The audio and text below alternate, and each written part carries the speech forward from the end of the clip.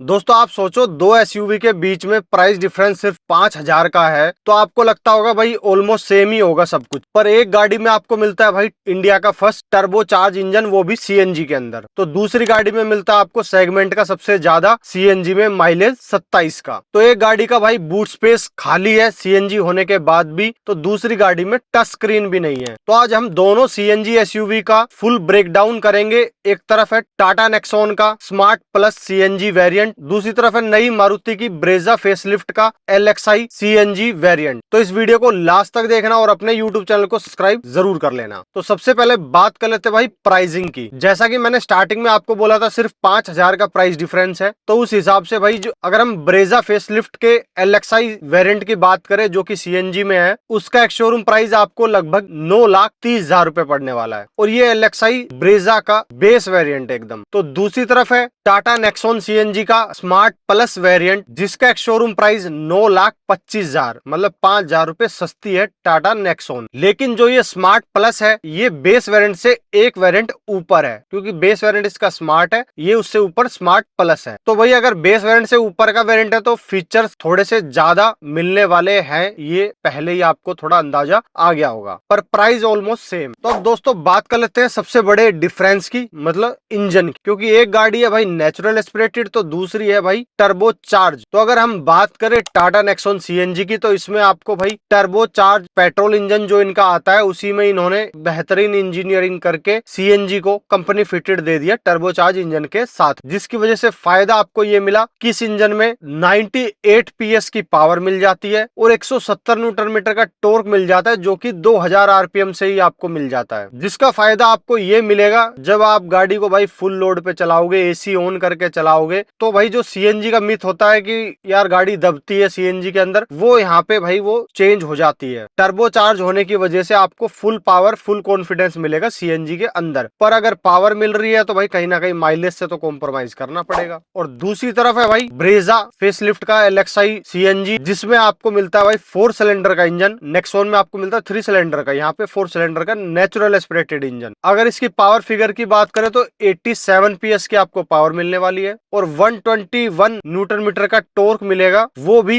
इसका पीक आपको 4200 आरपीएम पे जाके मिलेगा। वहां पे आपको 170 का मिल रहा है, वो भी 2000 आरपीएम से ही। इसका पीक 4200 आरपीएम पे है, मतलब रेस पे पैर रख के बैठ जाओ, वो धीरे धीरे धीरे धीरे मौसम बनाएगी अगर हम कंपेयर करें नेक्सॉन के टर्बो के मुकाबले। पर इस लो पावर आउटपुट की वजह से ब्रेजा फेसलिफ्ट के अंदर आपको इंजन के साथ एक फायदा मिल जाएगा, जो कि है माइलेज। क्योंकि ज्यादा पावर इंजन प्रोड्यूस नहीं कर पा रहा तो उसका फायदा आपको सीधा सीधा माइलेज में होगा। मतलब एक आपको अच्छी पावर दे रहा है तो माइलेज कम ले रहा है, तो दूसरा आपको पावर कम दे रहा है तो माइलेज ज्यादा दे रहा है। तो अगर हम बात करें सिटी के हिसाब से, तो भाई सिटी में दोनों इंजन आपका काम चला देंगे, कोई ऐसी खास दिक्कत आने वाली नहीं है। क्योंकि इनिशियल टॉर्क ब्रेजा में भी ठीक है और भाई नेक्सॉन में भी ठीक है, और इसमें तो भाई जल्दी ही आरपीएम जैसे 2000 पे जाता है, टर्बो स्पूल हो जाता है, तो आपको इंस्टेंट टॉर्क भी मिल जाता है। तो सिटी के हिसाब से दोनों ठीक है। जब बात करते हैं हाईवे की, तो वहां पे भाई जो ब्रेजा है वो थोड़ी सी आपको अंडर पावर फील होगी। वो भी कब? जब आप गाड़ी में भाई फुल लोड होगा, 4 लोग बैठे हैं, लगेज है, एसी ऑन है, तब हाईवे पे जब आप क्रूजिंग करोगे तब तो दोनों गाड़ियों में कोई दिक्कत नहीं है। पर जब आपको अचानक पावर की जरूरत पड़ेगी, ओवरटेक करना है, वहां पे जो आपका टर्बो चार्ज नेक्सॉन का इंजन है वो भाई ज्यादा बेटर परफॉर्मेंस दे पाएगा। तो कहीं ना कहीं हाईवे के हिसाब से बेस्ट थोड़ी नेक्सॉन को एज चली जाती। अब दोस्तों पावर का तो आपको पता चल गया, अब बात कर लेते हैं माइलेज कंपैरिजन और साथ में रनिंग कॉस्ट। तो बात करें हम कंपनी की क्लेम माइलेज की, तो जो ब्रेजा सीएनजी के अंदर जो कंपनी क्लेम करती है वो है 26.90, 27 की माइलेज आपको आराम से मिल जाएगी पर केजी के हिसाब। और दूसरी तरफ जो भाई नेक्सॉन सीएनजी है उसमें आपको माइलेज थोड़ी कम मिलती है, जो कि 24, मतलब सीधा सीधा भाई 3 किलोमीटर की आपको कम माइलेज मिलने वाली है नेक्सॉन सीएनजी के अंदर। अब इसका फर्क आपकी जेब पे कितना आने वाला है वो हम रनिंग कॉस्ट से जान लेते हैं। तो अगर हम सीएनजी का रेट भाई 90 रुपीज पर केजी के हिसाब से ले, तो जो ब्रेजा सीएनजी है उसकी जो पर किलोमीटर कॉस्ट आएगी वो आएगी 3 रुपए 34 पैसे, और जो टाटा नेक्सॉन की पर किलोमीटर रनिंग कॉस्ट है वो है 3 रुपए 75 पैसे, मतलब 41 पैसे आपको ज्यादा रनिंग कॉस्ट पड़ने वाली है टाटा नेक्सॉन सीएनजी के। अब इसको थोड़ा सा पैसों में कन्वर्ट करके देख लेते हैं। अगर आपकी महीने की रनिंग भाई 2000 किलोमीटर है, क्योंकि भाई आप सीएनजी ले रहे हो, सीधी सी बात है रनिंग अच्छी खासी होगी आपकी, और 1200-1500 किलोमीटर से ऊपर रनिंग हो तभी आप सीएनजी पे जाओ, उससे नीचे माइलेज अगर है तो फिर पेट्रोल पे ही जा सकते हो आप 1000-1200 की रनिंग पे। तो अगर हम 2000 की रनिंग मान के चले तो भाई पर मंथ ब्रेजा सीएनजी आपको 820 रुपए पर मंथ बचा के देगी 2000 की रनिंग पे। साल भर में 9840 बचा देगी। और 5 साल की रनिंग कॉस्ट अगर हम लेके चले तो उसमें लगभग आपकी 50,000 के आसपास सेविंग होने वाली। तो भाई मारुति का टैग है, ऊपर से एनए इंजन है, तो कहीं ना कहीं माइलेज में आपको चाहे थोड़ा कम फायदा हो पर माइलेज में जरूर आपको फायदा ब्रेजा सीएनजी में ही मिलने वाला है। तो अगर हम सिटी के हिसाब से देखें तो वहां पे भी भाई माइलेज आपको कहीं ना कहीं ज्यादा ब्रेजा सीएनजी ही देगी, क्योंकि नेचुरल एस्पिरेटेड इंजन है, पावर कम कंज्यूम करेगा, आपको माइलेज अच्छी देगा। और अगर माइलेज की भी बात करें रियल वर्ल्ड की तो कहीं ना कहीं 18-20 की माइलेज आपको मिलने वाली है। दोनों ही गाड़ियों में इतनी ही मिल जाएगी, बस 1-2 किलोमीटर का फर्क आपको डिफरेंस देखने को मिलने वाला, नेक्सॉन थोड़ी कम दे देगी। और अगर बात करें हाईवे की तो भाई जो रियल वर्ल्ड में कहीं ना कहीं ब्रेजा आपको 25 से 28 तक की माइलेज दे देगी, जबकि नेक्सॉन आपको 23 से 25 तक की दे देगी। मतलब 2-3 किलोमीटर का फर्क डिफरेंस आने वाला है। पर इस वीडियो को बनाते वक्त मुझे ये जरूर कंफर्म हुआ कि अगर आपकी रनिंग सिर्फ हाईवे के ऊपर है तो फिर आपके लिए बेस्ट ऑप्शन बनता है नेक्सॉन सीएन, क्योंकि उसमें आपको परफॉर्मेंस अच्छी मिल जाती है। थोड़ा सा हल्का सा माइलेज का डिफरेंस आता है, ज्यादा भी नहीं आता, क्योंकि हाईवे पे ठीक ठाक माइलेज मिल जाती। पर अगर रनिंग आपकी ज्यादा सिटी के अंदर है और फिर आप सीएनजी की तरफ जा रहे हो तो फिर आपके लिए बेस्ट बन जाती है ब्रेजा, क्योंकि नेचुरल एस्पिरेटेड इंजन है, 4 सिलेंडर इंजन है, स्मूथ साइलेंट, कोई वाइब्रेशन नहीं, अच्छी माइलेज, तो उस हिसाब से वो आपके लिए बेस्ट ऑप्शन बन जाता है। अब दोस्तों बात कर लेते हैं बूट और प्रैक्टिलिटी की। तो भाई पहले टैग था नेक्सॉन के पास कि भाई सीएनजी होने के बाद भी बूट उसका खाली मिलता था, आप लगेज आराम से रख सकते थे। तो भाई मारुति ने अपना जो फेसलिफ्ट लॉन्च करा उसमें भाई उन्होंने बूट में जो सिलेंडर मिलता था उसको भी हटा दिया, अंडर बॉडी ला दिया। हालांकि टेक्नोलॉजी दोनों की अलग है, नेक्सॉन में आपको ट्विन सिलेंडर बूट के अंदर मिलते हैं और जो ब्रेजा है उसमें सिलेंडर आपको अंडर बॉडी मिलता है, मतलब बूट से निकाल के नीचे फिट किया गया है। तो कहीं ना कहीं अब बूट का तो जो प्रॉब्लम थी वो दोनों गाड़ियों में सोल्व हो चुकी है। और अगर बात करें बूट स्पेस की तो दोनों ही गाड़ियों में आपको 320 से 330 लीटर का बूट स्पेस मिल जाता है, जो कि आपके हाईवे के ट्रिप के लगेज को आराम से हैंडल कर लेगा। पर भाई टाटा ने एक कॉस्ट कटिंग बिल्कुल नहीं करी, कस्टमर की बहुत अच्छे से सुनी। उन्होंने भाई बूट के नीचे स्पेयर व्हील दिया है, जिसको आप बूट के अंदर से खोल के निकाल सकते हो। एक है टायर सेवर, मतलब थोड़ा सा पतला साइज है उसका, पर आपको एक स्पेयर व्हील दे दिया कि जब आप हाईवे ट्रिप्स करो या ऐसी जगह फंस जाओ जहाँ टायर फट जाए और आपको ना दुकान मिले ना कुछ, तो वो काम आ जाता है। पर यहाँ पे मारुति ने भाई ये गेम खराब किया, स्पेयर व्हील गायब कर दिया बूट स्पेस, उसके बदले आपको मिलेगी पंचर रिपेयर किट। अब दोस्तों बात कर लेते हैं फीचर्स। तो भाई जैसा कि आपको पता है जो नेक्सॉन में स्मार्ट प्लस है वो बेस वेरिएंट से ऊपर का वेरिएंट है, तो फीचर ज्यादा मिलने वाले हैं, पर प्राइस सेम है। तो अगर बाहर से हम बात करें तो भाई नेक्सॉन के अंदर आपको मिलता है LED headlamps, LED DRLs, tail lamps, जबकि ब्रेजा में आपको हेलोजन बेस्ड प्रोजेक्टर मिलते हैं। बाकी दोनों ही गाड़ियों में आपको व्हील कवर मिल जाएंगे और जो आरवीएम है वो इलेक्ट्रिकल एडजस्टेबल मिल जाएंगे। और जब हम गाड़ी के अंदर की बात करें इंटीरियर की तो वहां पे भाई ब्रेजा का डैशबोर्ड खाली है, पर नेक्सॉन में आपको मिलता है 7 इंच का टच स्क्रीन हरमन कार्डन का 2 स्पीकर के सेटअप के साथ, और साथ में स्टीयरिंग माउंटेड कंट्रोल्स मिल जाते हैं, एक्स्ट्रा फीचर जो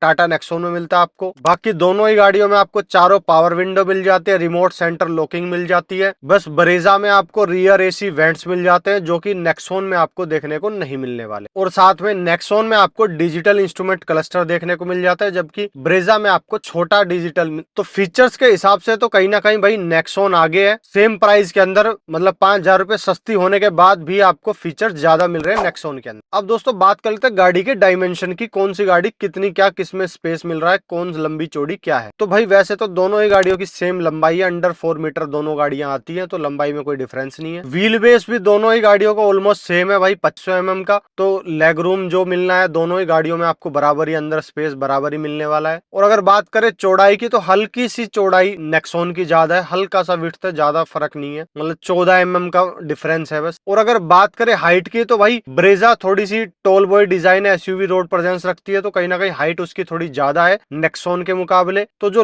हेडरूम है वो ज्यादा आपको ब्रेजा में मिलने वाला है। और अगर बात करें ग्राउंड क्लियरेंस की तो वो भी आपको ज्यादा नेक्सॉन में मिलेगा 208 mm, जिसका फायदा आपको जो खराब रास्ते या स्पीड ब्रेकर पे जो आपको कॉन्फिडेंस है वो ज्यादा नेक्सॉन में हो। और अगर बात करें टायर साइज की, तो दोनों ही गाड़ियों में आपको 16 इंच के टायर साइज मिलते हैं, बस प्रोफाइल में थोड़ा सा चेंजिंग है। नेक्सॉन में आपको 195/60 के मिलते हैं, जबकि ब्रेजा में आपको 215/60 के मिलेंगे। मतलब ब्रेजा की जो टायर की प्रोफाइल है वो थोड़ी ज्यादा चौड़ी होगी। और अगर हम बात करें भाई सेफ्टी की, तो वैसे तो दोनों ही गाड़ियां भाई भारत एनकैप में 5 स्टार रेटिंग कार है, पर वो है भाई डीजल पेट्रोल इन सीएनजी का कोई अलग से नहीं है, तो आप उसको मान भी सकते हो नहीं भी मान सकते हो। पर हम स्ट्रक्चर के हिसाब से देखें तो थोड़ी सी टाटा की तरफ एज चला जाता है मजबूती का। बाकी जो पैसिव सेफ्टी फीचर्स है, 6 airbag as standard, ESP, ESC, ये सब आपको दोनों ही गाड़ियों में मिलने वाले हैं, तो कोई ऐसा खास सेफ्टी के अंदर डिफरेंस आपको देखने को नहीं मिले। अब दोस्तों बात कर लेते हैं ओनरशिप की। तो सबसे पहले बात करें भाई सर्विस सेंटर की, तो भाई दोनों ही ब्रांड के भाई अच्छे सर्विस नेटवर्क है। आपको टायर 2 टायर 3 सिटी में आराम से मिल जाते हैं, कोई ऐसी खास दिक्कत नहीं आती है। पर अगर बात करें स्पेयर पार्ट की, तो जो अवेलेबिलिटी वो ज्यादा मारुति की है और सस्ते भी है। टाटा के थोड़े से महंगे हैं और आपको अरेंज करने पड़ते हैं, मतलब इजिली अवेलेबल नहीं है लोकल शॉप पे। अगर थोड़ा ज्यादा पार्ट वैसा हो जाता है तो दिक्कत आती है, नॉर्मल पार्ट तो टाटा के भी मिल जाते हैं। और अगर आप टाटा की गाड़ी की तरफ आपका मूड बन रहा है जाने का, तो जो आपके नियर सर्विस सेंटर है टाटा का, उसके रिव्यू जरूर चेक कर लेना। अगर उसके रिव्यू अच्छे आ रहे हैं तो ही उसकी तरफ जाना, वरना आगे आपको बड़ा हेडेक थोड़ा सा रहने वाला है। और अगर बात करें मेंटेनेंस की, तो कहीं ना कहीं भाई जो नेक्सॉन है उसका थोड़ा सा मेंटेनेंस ज्यादा रहेगा, क्योंकि एक तो टर्बोचार्ज इंजन है, तो इस वजह से थोड़ा सा मेंटेनेंस ज्यादा रहने वाला है। बाकी ब्रेजा भाई मारुति का प्रोडक्ट है, तो उसका थोड़ा सा मेंटेनेंस आपको कम मिलेगा, एक तो नेचुरल एस्पेक्टेड इंजन हो गया इस वजह से। और अगर बात करें रीसेल वैल्यू की, तो भाई मारुति के आगे टाटा की रीसेल वैल्यू वैसे इतनी डाउन नहीं है, पर एज तो जाता ही है मारुति की तरफ। थोड़ी सी ज्यादा आपको रीसेल वैल्यू मारुति की ब्रेजा की तरफ मिलने वाली। अब दोस्तों बात कर लेते हैं फाइनल ओपिनियन की, किसकी तरफ किसको जाना चाहिए। तो सबसे पहले बात कर लेते हैं ब्रेजा एलएक्सआई सीएनजी की तरफ। तो भाई अगर आपकी फर्स्ट प्रायोरिटी सिर्फ और सिर्फ माइलेज, मंथली रनिंग हाई है, चाहे वो सिटी में चलाओ चाहे फिर हाईवे पे चलाओ, क्योंकि मैंने स्टार्टिंग में कह दिया फर्स्ट प्रायोरिटी माइलेज। हाँ, थोड़ा सा आपको परफॉर्मेंस से कॉम्प्रोमाइज करना पड़ेगा। कंपेयर कर रहे हैं नेक्सॉन से, तो भाई परफॉर्मेंस तो कंपेयर होएगा ही। आफ्टर मार्केट आप काम करा सकते हो, मतलब आफ्टर मार्केट से आपको कोई प्रॉब्लम नहीं है, क्योंकि फीचर्स इसमें कुछ मिलेंगे नहीं। थोड़ी सी ज्यादा रीसेल वैल्यू चाहिए, सर्विस एक्सपीरियंस थोड़ा सा अच्छा चाहिए, सेफ्टी थोड़ी कम होगी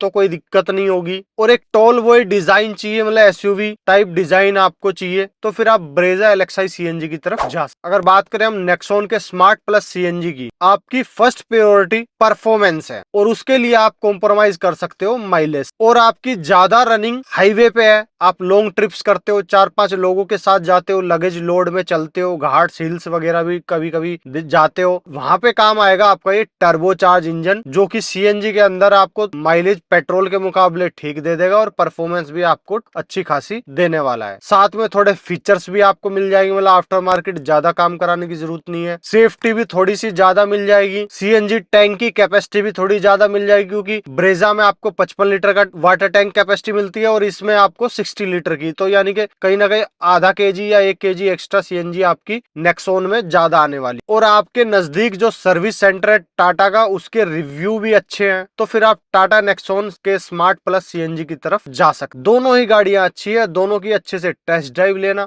अपनी रिक्वायरमेंट्स को समझना, उसके बाद ही कोई गाड़ी फाइनल करो। बाकी वीडियो को ज्यादा फेसबुक व्हाट्सएप ग्रुप पे शेयर करना। जय हिंद, जय भारत।